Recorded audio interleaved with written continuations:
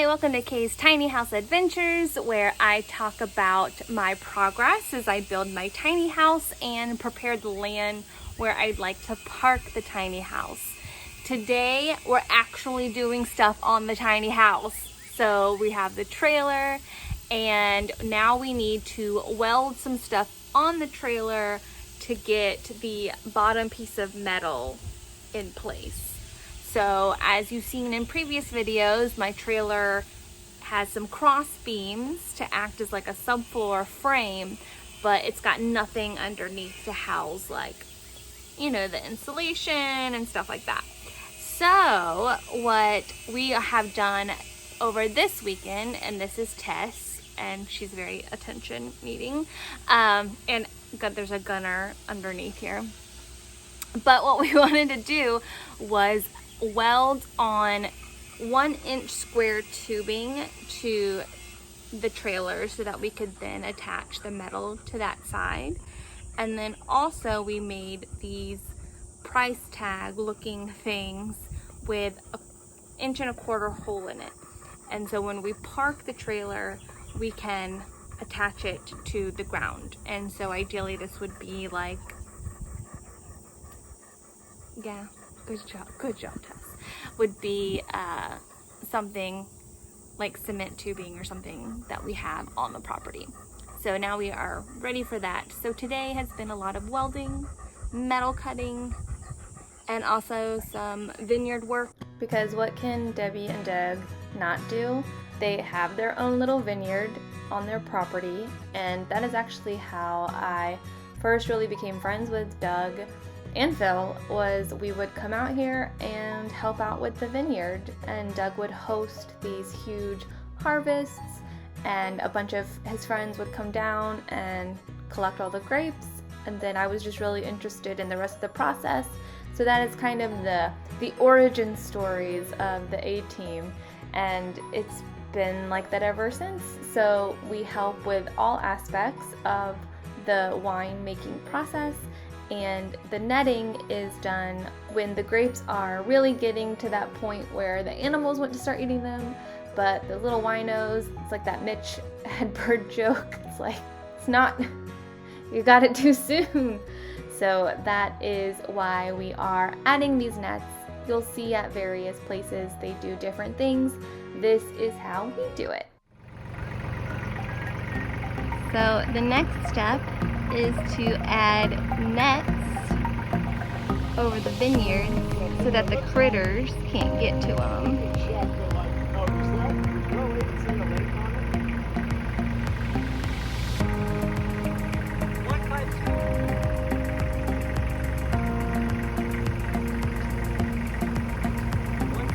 And these spools have the netting that'll go over them. So we have this contraption on the tractor bucket that, if you can see the wires, you'll see Doug can control the spool. So to start off, Phil pulls out the edge of the net.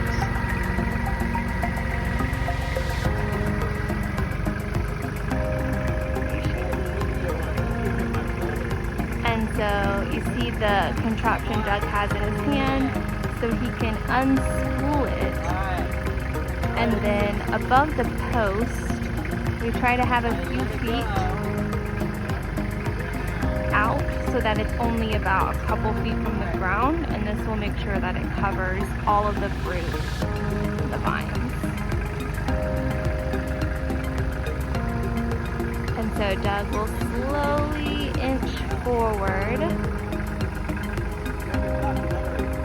and then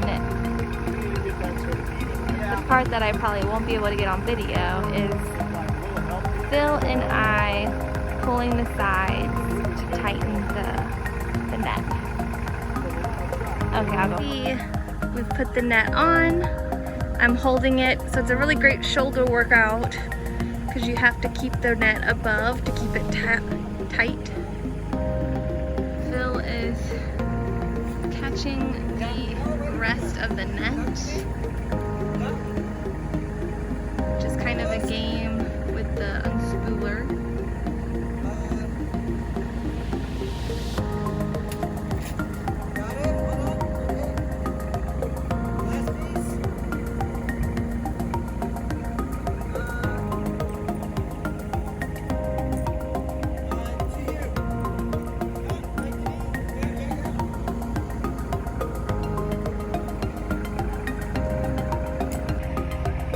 At every row they have roses, and look at these. They're so pretty. We're gonna clip on the bottom of the net so that the birds can't get in. But that is one row done. 3 to go. I don't know if you can see, but there's a big old hole in the net on this side. So here's where the net starts. And you can see it continues. And then the other side of the hole is here. So we're gonna clothespin up this hole before we clothespin the bottom to hopefully make that easier. So I kind of mended it. You can see my line of clothespins outlines the hole that was in the net. After a morning of netting a few of the rows, we then got to the metal cutting work. Changed into long pants and sleeves, and now ready to weld. First, we decided to create the price tag looking things that I mentioned. Luckily, Doug had a large enough piece of metal on site, so we were able to cut that into 6 pieces, and that's what we're doing now. I got really tired of this, so Doug took over. Phil joined us. Phil was then in charge of cutting the smaller corners off so they wouldn't stab anyone when you walk by the trailer. And then I was in charge of drilling the hole into the metal, which also took forever. To get a 1 1/4 inch hole, we decided to use this drill press, and we did this in 3 stages. So I'm using a much smaller bit here to get the initial hole in, and then I'm spraying it with oil so that it allows the drill bit and the metal to play nicely together. And this took a lot of patience. The first hole was actually very easy. The second size was a little tougher, and the final 1.25 inches took forever. I think it took me 10 minutes per plate just to do that last third hole. So you can imagine this took a long time. We ended up making each of the 6 plates, cutting off the dog ears and doing the initial holes, but I came back the next morning to finish up drilling those holes because it took so long. I filed them down so that they were smooth, and then on day 2 was when we actually got to do the welding parts. Today is day 2 of the weld extravaganza.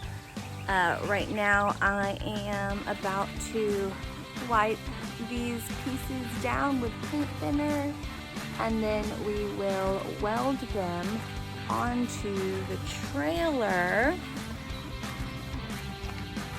The square tubing we're gonna weld to the back as well as this side, because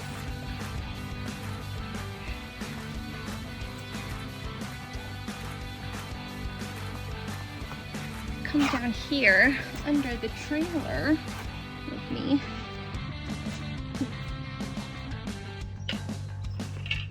Maybe this way. Nope, can't really tell. But this beam is shorter than this beam, so we need to weld a thing here so that the metal can then get screwed up under. And it'll be fun. First, Doug tacked on the piece. Kids don't do this at home. Kind of cover my arm in it. Yeah. So it's gonna kind of fall on it. Safety first. You ready? Yep.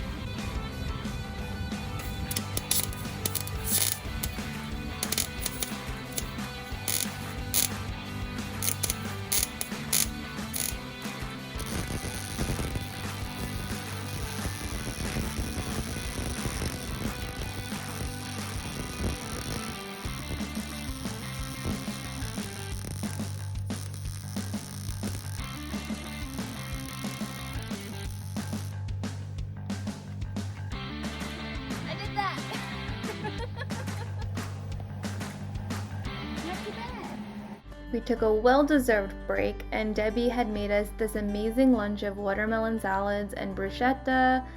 Oh my god, I ate all of it. We created 6 of these guys. So you notice how we cut the sheet, drilled a hole, and now we're going to weld them to the trailer. So we're gonna put them one here, and then 2 others on this side, and then across from them on the other side of the trailer.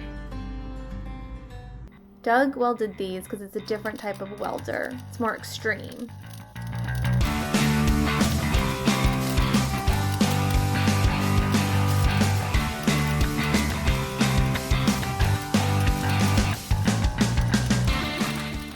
Because these were on the end, we had to cover the taillight with a wet towel to make sure we didn't melt off the taillight.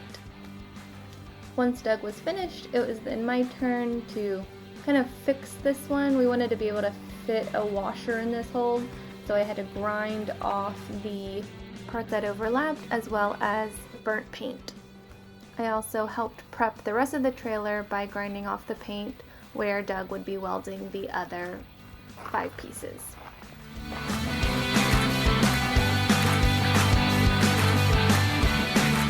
This is the scary welder. I think that's a pro.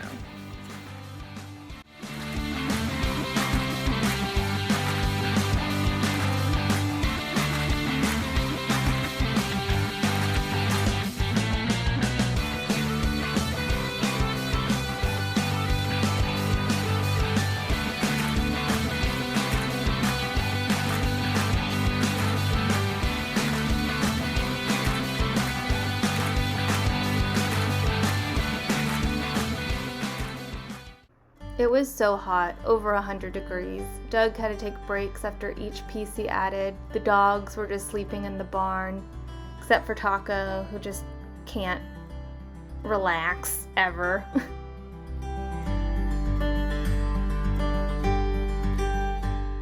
My phone overheated, so there are large sections where I wasn't able to record.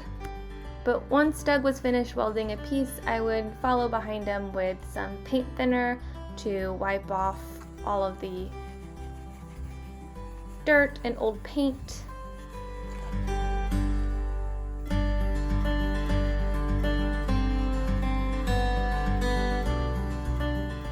Then once that was dried off, I was able to spray paint.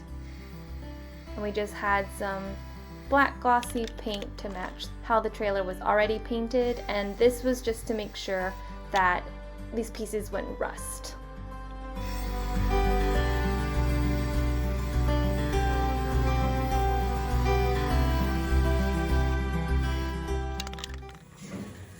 We are done. Everything has been welded on and painted so that it won't rust. There's 1, 2, and then there's the jack, so that'll be used as well. 3, 4,